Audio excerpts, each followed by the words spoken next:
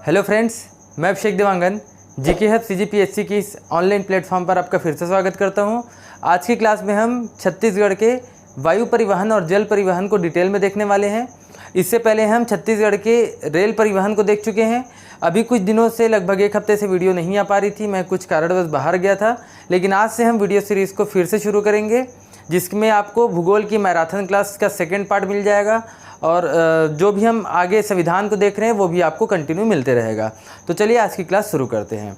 तो देखिए, आज की क्लास को करने से पहले आपको इससे पहले आप रेल परिवहन का जो पहला पार्ट है और परिवहन का दूसरा पार्ट उसको आप देख लीजिएगा, उसके बाद आप आज के वीडियो देखिएगा। तो चलिए देखिए, सबसे पहले वायु परिवहन के अंतर्गत आपको समझना पड़ेगा कि सबसे पहले ये सब चीज़ें आप नहीं बताते कि पूरे विश्व में सबसे पहले राइट बंधु के द्वारा एरोप्लेन इसका रॉकेट का आविष्कार किया गया। ये सब चीज़ों को हमको नहीं पढ़ना है। आप केवल और केवल भारत के बारे में अगर आप देखेंगे तो सबसे पहले भारत में हम देख लेते हैं कि भारत में सबसे पहले या सर्वप्रथम वायु परिवहन की शुरुआत कब हुई। भारत में सर्वप्रथम वायु परिवहन की शुरुआत अगर आपसे क्वेश्चन आ जाए तो ये कब हुआ, तो ये हुआ 1911 ईस्वी में। 1911 ईस्वी में भारत में सबसे पहले वायु परिवहन की शुरुआत की गई और वो कहाँ से कहाँ तक थी, यूपी में शुरू की गई। और यूपी में कहाँ से, इलाहाबाद, जिसको आप प्रयागराज के नाम से जानते हैं, इलाहाबाद, या आप इसको बोल सकते हैं प्रयागराज। इलाहाबाद के प्रयागराज से लेकर नैनी तक का, वहीं से जहाँ से आपका भारतीय मानक समय रेखा गुजरती है नैनी से, तो इलाहाबाद से लेकर नैनी तक के लिए पहला वायु परिवहन शुरू किया गया 1911 में। और क्यों किया गया, डाक ले जाने के लिए। डाक ले जाने हेतु सर्वप्रथम जो डाक आता है ना आपके यहाँ, उसी को डाक को ले जाने के लिए सर्वप्रथम 1911 में भारत में वायु परिवहन की शुरुआत की गई। तो चलिए आगे देखते हैं कि छत्तीसगढ़ में सबसे पहले वायु परिवहन की शुरुआत कब से की गई। तो देखिए, उससे पहले आपको समझना है कि हवाई पट्टी, उससे पहले आप समझ लीजिए AAI आप पढ़ते होंगे, airport authority of India. Airport authority of India, इसकी स्थापना हुई थी लगभग 1995 के आसपास। ये क्या करती है, किसी भी हवाई पट्टी को या किसी भी चीज़ों को राष्ट्रीय या अंतर्राष्ट्रीय हवाई अड्डा या बोल सकते हैं एयरपोर्ट बनाती है या एयरपोर्ट बनाने की घोषणा करती है। कौन सा, AAI airport authority of India, ठीक है। तो इसी ने क्या किया था, 1912 में नवंबर की बात कर रहा हूँ मैं, नवंबर 1912 में सर्वप्रथम आपके रायपुर के, यहाँ पर रायपुर है, रायपुर में, नया रायपुर में एक स्थान है जिसका नाम है माना। तो नया रायपुर में, जिसका नाम आप वर्तमान में अटल नगर है, तो माना में सर्वप्रथम 2012 में, नवंबर 2012 में एक एयरपोर्ट, याद रखिए मैं क्या बोल रहा हूँ, एयरपोर्ट अंतर्राष्ट्रीय है या राष्ट्रीय है समझिए। AII ने 2012 में, एयरपोर्ट अथॉरिटी ऑफ इंडिया ने 2012 में रायपुर के माना में या नया रायपुर के माना में एक एयरपोर्ट की क्या की शुरुआत की। एयरपोर्ट की स्थापना कब हुई, 2012 ईस्वी में हुई। कब, नवंबर 2012 में। कहाँ पर हुई, माना में। और ये याद रखना, ये राज्य का प्रथम राष्ट्रीय हवाई अड्डा था, याद रखिए, राष्ट्रीय हवाई अड्डा। याद रखिए, हवाई अड्डा को और क्या क्या बोला जाता है, हवाई अड्डा को आप बोलेंगे हवाई तल, या आप इसको बोल सकते हैं इंग्लिश में अगर आप देखेंगे तो एयरपोर्ट, ठीक। हवाई तल बोल सकते हैं, हवाई अड्डा बोल सकते हैं, या तो आप इसको बोल सकते हैं, याद रखिएगा, एयरपोर्ट। लेकिन आप हवाई पट्टी नहीं बोलना है, हवाई पट्टी और हवाई अड्डे में अंतर होता है, याद रखिएगा। हवाई पट्टी व हवाई अड्डे में अंतर होगा, हवाई अड्डे में अंतर होता है। इस अंतर को समझिए, बेसिक अंतर है, कुछ नहीं है, इसमें ज़्यादा अंतर नहीं है हवाई पट्टी और हवाई अड्डे में। हवाई अड्डे में अगर आप ज़्यादा सुविधा देते हैं, जैसे वहाँ पैसेंजर्स को ले जाने के लिए बस की व्यवस्था होती है, वहाँ पर सुरक्षा के अच्छे इंतजाम होते हैं, कहाँ पर, हवाई अड्डे में। उसके कंपैरिजन में याद रखिएगा, हवाई पट्टी में ये जितने सुरक्षा के इंतजाम होंगे, जितनी फैसिलिटी दी जाती है, वो हवाई पट्टी में नहीं दी जाती। ठीक है, तो जो राज्य का प्रथम राष्ट्रीय हवाई अड्डा बनाया गया वो याद रखिएगा माना में बनाया गया, जो कि क्या है, एक राष्ट्रीय है। छत्तीसगढ़ में एक भी अभी तक कोई भी अंतर्राष्ट्रीय इंटरनेशनल एयरपोर्ट नहीं है। ठीक है, याद रखिएगा जो है वो क्या है, केवल और केवल राष्ट्रीय हवाई अड्डा, मतलब यहाँ के जो एरोप्लेन है वो केवल और केवल भारत के ही किसी दूसरे राज्य में जा सकते हैं। यहाँ से रायपुर से या छत्तीसगढ़ के किसी भी ज़िले से कोई भी एरोप्लेन जो है वो किसी दूसरे देश में नहीं जा सकता, क्योंकि अगर ये दूसरे देश में जाएगा तो हमारा क्या बन जाएगा, इंटरनेशनल हवाई अड्डा बन जाएगा। चूँकि हमारे देश में ही एरोप्लेन एक जगह से दूसरे जगह जाती है, इसलिए रायपुर क्या है, एक राष्ट्रीय हवाई अड्डा है, ना कि इंटरनेशनल हवाई अड्डा। ठीक है, और ये याद रखिएगा राज्य का प्रथम व एकमात्र व्यावसायिक एयरपोर्ट है या हवाई अड्डा है। याद रखिएगा राज्य का सबसे पहला हवाई अड्डा यही है, और उसके अलावा राज्य का एकमात्र तथा प्रथम व्यावसायिक एयरपोर्ट कौन सा है, अगर आपसे पूछ दिया जाए तो यही माना का है। समझ रहे हो, जिसकी स्थापना कब की गई, 2 नवंबर 2012 में, और इसका वर्तमान में नाम क्या है, आप इसको माना हवाई अड्डा बोलते हैं, लेकिन इसका वर्तमान में नाम है, याद रखिए, स्वामी विवेकानंद। याद रखिए स्वामी विवेकानंद हवाई अड्डा या हवाई तल या विमानतल। आप इसको हवाई तल भी बोल सकते हैं या तो आप इसको विमानतल भी बोल सकते हैं। याद रखिएगा इसका नाम विमानतल भी बोलते हैं इसको, ये कुछ इस प्रकार। ठीक, तो स्वामी विवेकानंद एयरपोर्ट या हवाई अड्डा इसका नाम रख दिया गया, किसका, माना हवाई अड्डे का नाम बदलकर क्या रख दिया गया, स्वामी विवेकानंद एयरपोर्ट या स्वामी विवेकानंद हवाई अड्डा। नवंबर 2012 में इसकी स्थापना हुई, जो कि राज्य का सबसे पहला हवाई अड्डा है और राज्य का एकमात्र व्यावसायिक हवाई अड्डा भी यही है। ठीक है, ये तो रहा माना एयरपोर्ट की बात। अगर आप माना से किसी दूसरे शहर में जाना चाहते हैं, ठीक है, आप किसी दूसरे राज्य में जाना चाहते हैं, तो देखिए हमारे भारत में 4 महानगर है। हमारे भारत में 4 महानगर है। स्वर्णिम चतुर्भुज योजना पढ़े होंगे अभी कभी भी। अगर आप भारत के नेशनल हाईवे को देखते हैं तो 4 महानगरों को जोड़ने का काम करती है स्वर्णिम चतुर्भुज योजना। तो स्वर्णिम चतुर्भुज योजना के तहत भारत के 4 महानगर आते हैं। दिल्ली यहाँ पर होगा, ऊपर में दिल्ली, यहाँ पर मुंबई, नीचे आ जाएगा चेन्नई और यहाँ पर आ जाएगा कोलकाता। तो 4 महानगरों को जोड़ती है। जैसे आप भारत की बात करते हैं इस प्रकार, ये मान लीजिए ये इंडिया है, कुछ ऐसे, ये कुछ ऐसे है मान लो। ठीक, तो यहाँ पर है चेन्नई, ये वाला क्या है, चेन्नई है। यहाँ पर आपको मिलेगा महाराष्ट्र है या मुंबई, महानगर की बात कर रहे हैं सॉरी, तो यहाँ पर है मुंबई। यहाँ पर आप देखते हैं दिल्ली है और यहाँ वाला स्थान ये वाला है कोलकाता। ठीक, तो जो बीच में यहाँ पर माना है, ये वाला माना एयरपोर्ट यहाँ पर है। तो माना से आप डायरेक्ट, याद रखिएगा, दिल्ली जा सकते हैं। माना से आप डायरेक्ट एरोप्लेन के थ्रू आप कहाँ जा सकते हैं, कोलकाता जा सकते हैं। माना से आप डायरेक्ट कहाँ जा सकते हैं, मुंबई जा सकते हैं, नागपुर जा सकते हैं आप। लेकिन 4 महानगर में, भारत के 4 महानगरों में आप रायपुर के माना एयरपोर्ट से कोलकाता जा सकते हैं, दिल्ली जा सकते हैं, मुंबई जा सकते हैं, लेकिन चेन्नई के लिए डायरेक्ट फ़्लाइट आपको नहीं मिलेगी माना एयरपोर्ट से। समझ रहे हो। ठीक, तो ऐसा नहीं कि केवल 3 ही जगह जा सकते हैं, और कई जगह, नागपुर है, भुवनेश्वर है, कई जगह आप जा सकते हैं। ठीक है, लेकिन 4 महानगर की अगर आप बात करते हैं तो माना से आप कोलकाता जा सकते हैं, दिल्ली डायरेक्ट, मुंबई, लेकिन चेन्नई के लिए डायरेक्ट एरोप्लेन नहीं है, डायरेक्ट फ़्लाइट नहीं है। ठीक है, ये तो रहा आपका पहला हवाई अड्डा, जो कहाँ पर है, रायपुर के माना, या बोल सकते हैं नए रायपुर में स्थित है, माना नामक स्थान पर। माना उस जगह का नाम है। ठीक, उसी के नाम पर ही पड़ गया था माना एयरपोर्ट, जिसका नाम बदलकर क्या कर दिया गया, स्वामी विवेकानंद एयरपोर्ट कर दिया गया। ठीक, दूसरा देखते हैं हवाई अड्डा। पहला हवाई अड्डा क्या हो गया आपका, माना वाला हो गया। दूसरा देखते हैं, दूसरा है जो कि नीचे में है और उसका नाम है जगदलपुर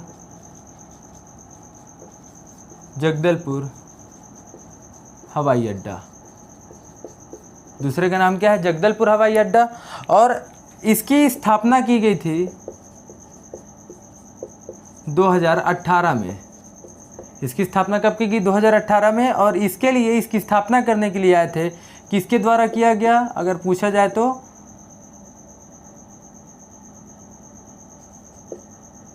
माननीय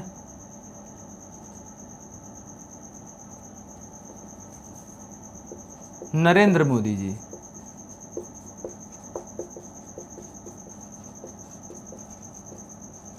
माननीय नरेंद्र मोदी जी के द्वारा क्या किया गया, इसकी स्थापना की गया, उद्घाटन किया गया किसका? जगदलपुर हवाई अड्डे का। इसका याद रखिएगा वर्तमान नाम, जगदलपुर हवाई अड्डे का नाम बदल दिया गया है और इसका वर्तमान नाम अब अगर देखा जाए तो ये हो गया है दंतेश्वरी या माँ दंतेश्वरी हवाई अड्डा या माँ दंतेश्वरी एयरपोर्ट। ठीक है, आपको कमेंट करके ये बताना है कि दंतेश्वरी गुफा, मैं बता चुका हूँ गुफा वाले चैप्टर में, दंतेश्वरी गुफा कौन से ज़िले में है। हर दंतेश्वरी नाम से अगर आए तो ये ज़रूरी नहीं है कि वो जगदलपुर या बस्तर में हो। ठीक है, दंतेश्वरी गुफा ये छत्तीसगढ़ के किस ज़िले में है आपको कमेंट करके बताना है। तो दूसरा हवाई अड्डा कौन सा हो जाएगा, एयरपोर्ट कौन सा हो जाएगा आपका? जगदलपुर, जो कि किसके द्वारा स्थापित किया गया है? अगर क्वेश्चन आ जाए तो किसके द्वारा स्थापित किया गया? इसको किया गया है DRDO के द्वारा। ठीक है, DRDO के द्वारा। DRDO का फुल फॉर्म क्या है? डिफेंस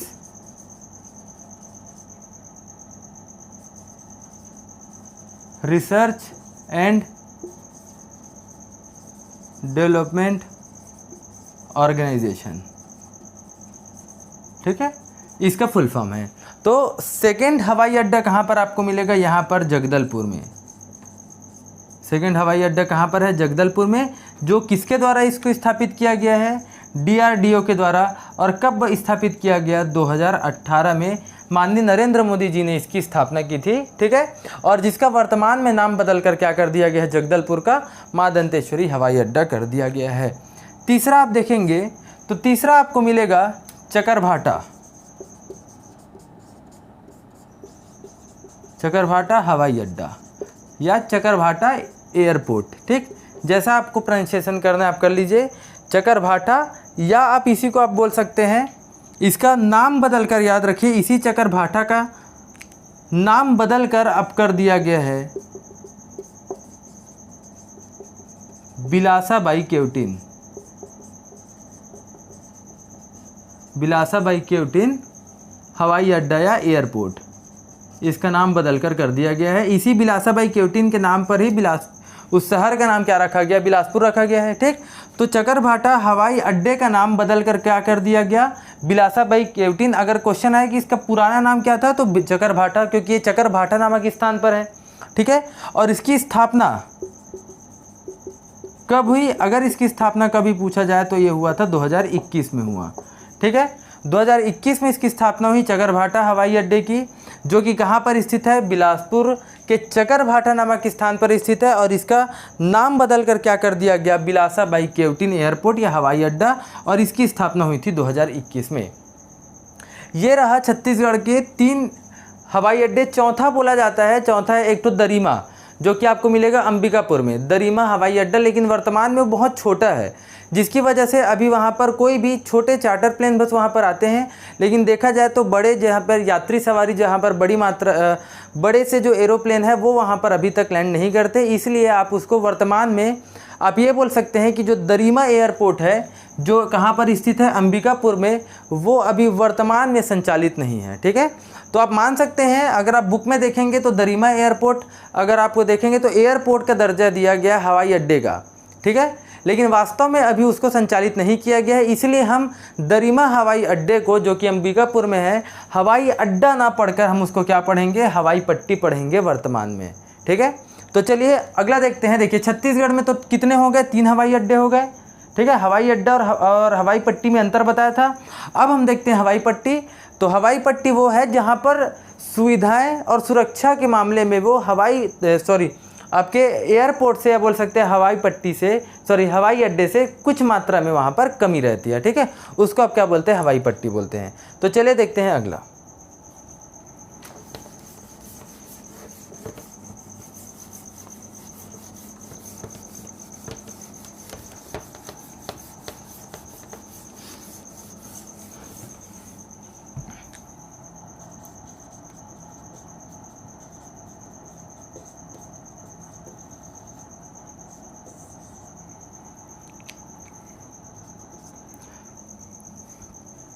अगला देखते हैं हवाई पट्टी। केवल नाम आपको याद रखना है। अभी तक आप पढ़ते आए होंगे कि कौन सा हवाई पट्टी किसके द्वारा स्थापित किया गया है, ठीक है। तो अभी हम सबको देखेंगे, अभी केवल आप नाम याद रखिए। सबसे पहले आएंगे तो कोरिया में आपको मिलेगा यहाँ पर, और इसका नाम है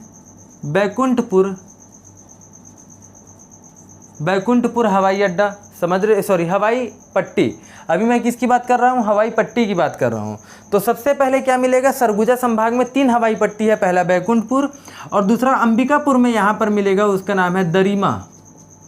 दूसरे का नाम क्या है, दरिमा हवाई पट्टी, ठीक। और तीसरा आपको जशपुर में मिलेगा यहाँ पर, और इसका नाम है अगडी। तीसरे का नाम क्या है, अगडी है, ठीक। तो सरगुजा संभाग में देखा जाए तो कितने मिलेंगे, सरगुजा संभाग में आपको 3 मिलेंगे। पहला कौन सा मिलेगा, बैकुंठपुर कोरिया में, दूसरा अंबिकापुर दरिमा, तीसरा है जशपुर में है, जिसका नाम क्या है, अगडी हवाई पट्टी। चौथा आप देखेंगे तब आपको मिलेगा यहाँ पर बिलासपुर संभाग में, ये वाला है कोरबा, ठीक। नाम लिखते जा रहा हूँ, वैसी हवाई पट्टी का भी नाम है। जगह आप जानते हैं, ये सरगुजा है, ये जशपुर है, कोरिया है, और ये है कोरबा। तो कोरबा में हवाई पट्टी का नाम कोरबा ही रखा गया है, ठीक है। अगला आप नीचे आएंगे तो यहाँ पर आपको मिलेगा, ये दुर्ग है, दुर्ग में आपको मिलेगा यहाँ पर नंदिनी हवाई पट्टी।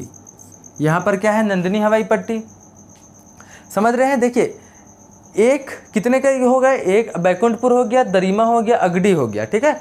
कोरबा, नंदिनी, याद रखिए मैं इसको ब्लैक में घेर दे रहा हूँ, जो हवाई पट्टी है। 1 हो गया, 2 हो गया, और तीसरा आप यहाँ पर देखे थे बिलासपुर में, यहाँ पर इसका नाम है बिलासाबाई केवटिन। बिलासाबाई केवटिन हवाई पट्टी देखे। तो तीनों को मैं बॉक्स में घेर रहा हूँ, जो हवाई पट्टी, सॉरी जो हवाई अड्डा था वो हवाई पट्टी को मैं नॉर्मल बना रहा हूँ। तो बैकुंठपुर, दरिमा, अगडी, कोरबा और नंदिनी, ये 5 हवाई पट्टी। और छठवा आप देखेंगे तब आपको मिलेगा यहाँ पर रायगढ़ में, रायगढ़ में हवाई पट्टी, ठीक है। तो टोटल कितने हवाई पट्टी हो गए देखेंगे तो सबसे पहले आ जाएगा बैकुंठपुर, बैकुंठपुर हवाई पट्टी है। दूसरा आप देखेंगे तो क्या हो जाएगा, दरिमा है, दरिमा हवाई पट्टी। तीसरा क्या है, तीसरे का नाम है अगडी। चौथा आप देखेंगे तो चौथा आपको मिलेगा कोरबा हवाई पट्टी। पांचवा क्या है, पांचवा है रायगढ़, रायगढ़ हवाई पट्टी। और छठवा आप देखेंगे तो छठवा आपको मिलेगा नंदिनी हवाई पट्टी, ठीक। ये 6 के 6 हैं। तो याद रखिए, एरिया तो आप लिख लीजिएगा, एरिया आप लिख लीजिएगा, कौन कौन से ज़िले में है आपको पता है।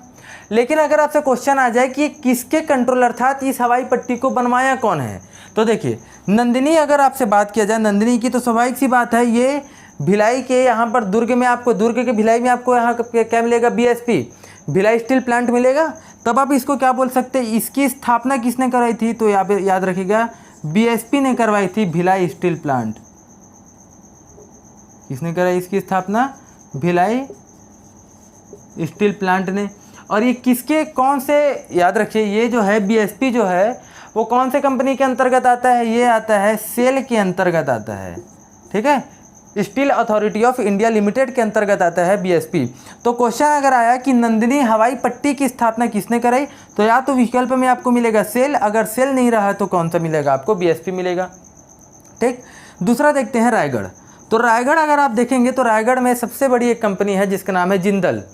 तो राज्य का एकमात्र ऐसा हवाई पट्टी है जो कि निजी है, याद रखिएगा। तो प्राइवेट हवाई पट्टी है रायगढ़, ये याद रखिए क्या है, निजी हवाई पट्टी है। निजी हवाई पट्टी कौन सा है आपका, ये रायगढ़ का है, ठीक। समझ रहे हो, इंपॉर्टेंट है ये सब चीज़ें। और जो 4 देख रहे हैं, बैकुंठपुर, दरिमा, अगडी और कोरबा, ये चारों के चारों याद रखिए, ये चारों है राज्य शासन के अंतर्गत।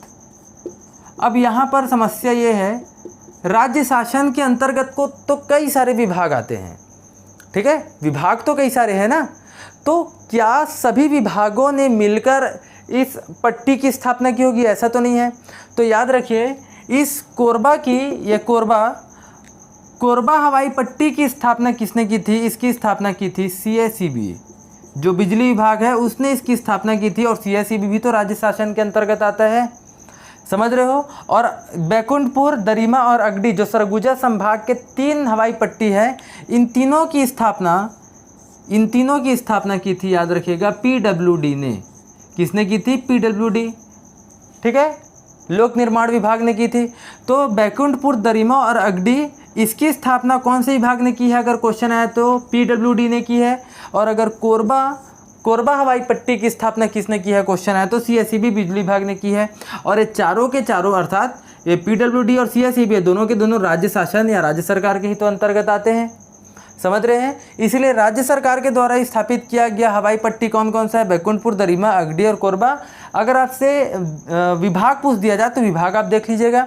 रायगढ़ एक निजी हवाई पट्टी है, ठीक। और नंदिनी याद रखिएगा, नंदिनी भी एक हिसाब से बोल सकते हैं कि ये भी क्या है, एक केंद्र के द्वारा, इसको जैसे डीआरडीओ, इसको भी केंद्र के द्वारा देखिए स्थापित किया गया है, वैसे ही नंदिनी को भी क्या किया गया, केंद्र के द्वारा अर्थात बीएसपी या सेल के द्वारा क्या किया गया, उसको स्थापित किया गया है। समझ आ रहा है। ये रहे छत्तीसगढ़ में जितने भी हवाई पट्टी है वो। लेकिन अब अगर आपसे क्वेश्चन आए कि छत्तीसगढ़ में कितने ऐसी कंपनी है जो विमान सेवा देती है, ठीक। जैसे आप सुनते होंगे बार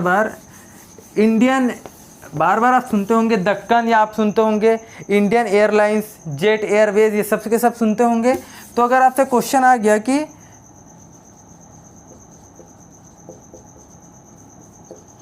छत्तीसगढ़ में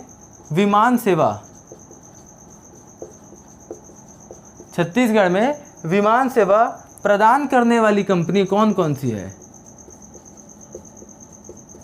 अर्थात ऐसी कौन कौन सी कंपनी है जिसका एरोप्लेन हमारे छत्तीसगढ़ में आता है, या बोल सकते हैं माना में आएगा, वो कौन कौन सा है। छत्तीसगढ़ में विमान सेवा प्रदान करने वाली कंपनी कौन कौन सी है। पहला है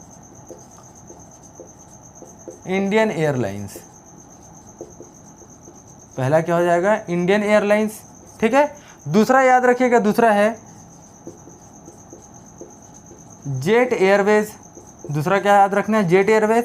और तीसरा आपको मिलेगा डेक्कन, या उसको डक्कन भी बोल सकते हैं, एयरवेज, ठीक है। आप इसको डक्कन भी बोल सकते हैं या इसको आप डेक्कन ही कर लो। तो छत्तीसगढ़ में जो कंपनी के हमारे छत्तीसगढ़ में एरोप्लेन आते हैं वो कौन कौन से हैं, इंडियन एयरलाइंस, जेट एयरवेज और डेक्कन एयरवेज, ठीक है। नोट करके आपको यहाँ पर लिख लेना है। जैसे आप देखते होंगे सीएम जो सरकार है, जो सीएम है, वो अलग अलग हवाई जहाज़ के, अब मैं बोल रहा हूँ याद रखिएगा, एरोप्लेन की बात नहीं कर रहा हूँ, मैं बात कर रहा हूँ हेलीकॉप्टर्स की बात कर रहा हूँ, ठीक है, जिसमें पंखे होते हैं, तो उसकी बात कर रहा हूँ। तो अगर क्वेश्चन आए कि राज्य सरकार के द्वारा, या बोल सकते हैं कि राज्य का पहला शासकीय हेलीकॉप्टर कौन सा है, अगर क्वेश्चन आ जाए तो समझ रहे हो मैं क्या बोल रहा हूँ, जिसका यूज़ जो सीएम करते हैं, जो सरकारी, जो शासकीय, जो सरकार के द्वारा उसको यूज़ किया जाता है सीएम के द्वारा, ऐसा हेलीकॉप्टर, उसका कोई ना कोई नाम तो होगा, ठीक है। तो याद रखिए, राज्य का पहला, जो सबसे पहले हमारा राज्य बना, तो उस समय जो सबसे पहले हेलीकॉप्टर यूज़ हुआ था उसका नाम क्या था, तो राज्य का पहला शासकीय हेलीकॉप्टर,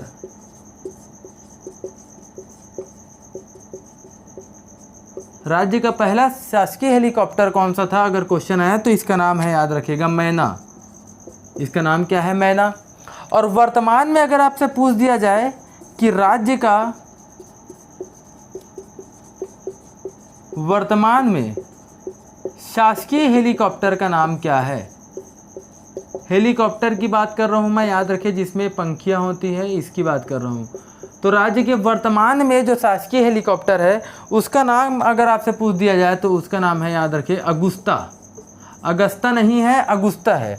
तो ये तो हो गया आपके किसकी बात, हेलीकॉप्टर्स की बात। लेकिन अगर एक सरकारी आपके यहाँ पर देखा जाए तो सरकारी विमान भी तो होता है। तो राज्य का विमान की बात कर रहा हूँ मैं, सामान्य एक एरोप्लेन की बात कर रहा हूँ, ठीक है, हेलीकॉप्टर हो गया।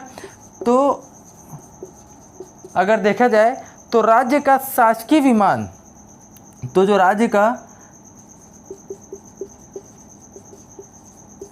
शासकीय विमान है, अगर पूछ दिया जाए कि उसका नाम क्या है, ठीक है, राज्य के या छत्तीसगढ़ शासन के अंतर्गत जो भी यूज़ किया जाता है उस शासकीय विमान का नाम क्या है, अगर क्वेश्चन आ जाए तो इसका नाम ही याद रखना है आपको, मयूर ध्वज है, ठीक।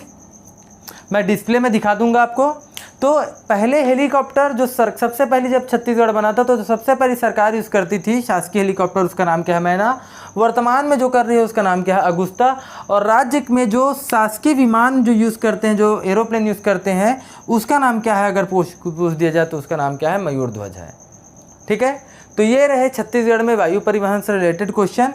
याद रखना इसमें ज़्यादा है नहीं आपको पढ़ने के लिए, जितना पढ़ाएं उतना सफिशिएंट है। हो सकता है आपको एक आध दो जानकारी नहीं मिली हो, ठीक, लेकिन इससे ज़्यादा आपको इसमें नहीं पढ़ना है।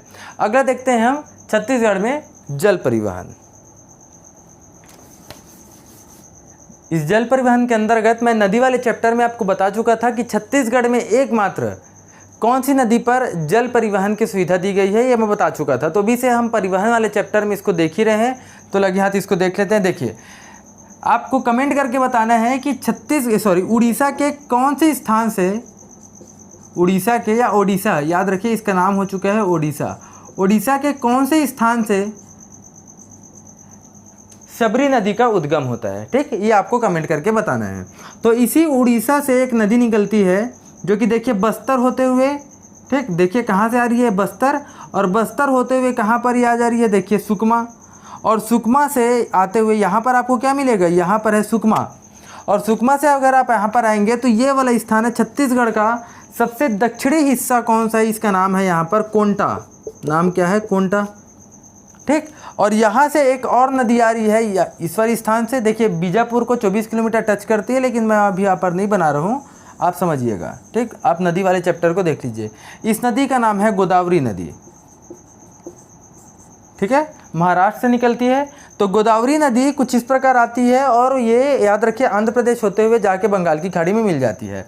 तो इसी गोदावरी की एक सहायक नदी है, इसका नाम है शबरी नदी। इस नदी का नाम क्या है, शबरी नदी।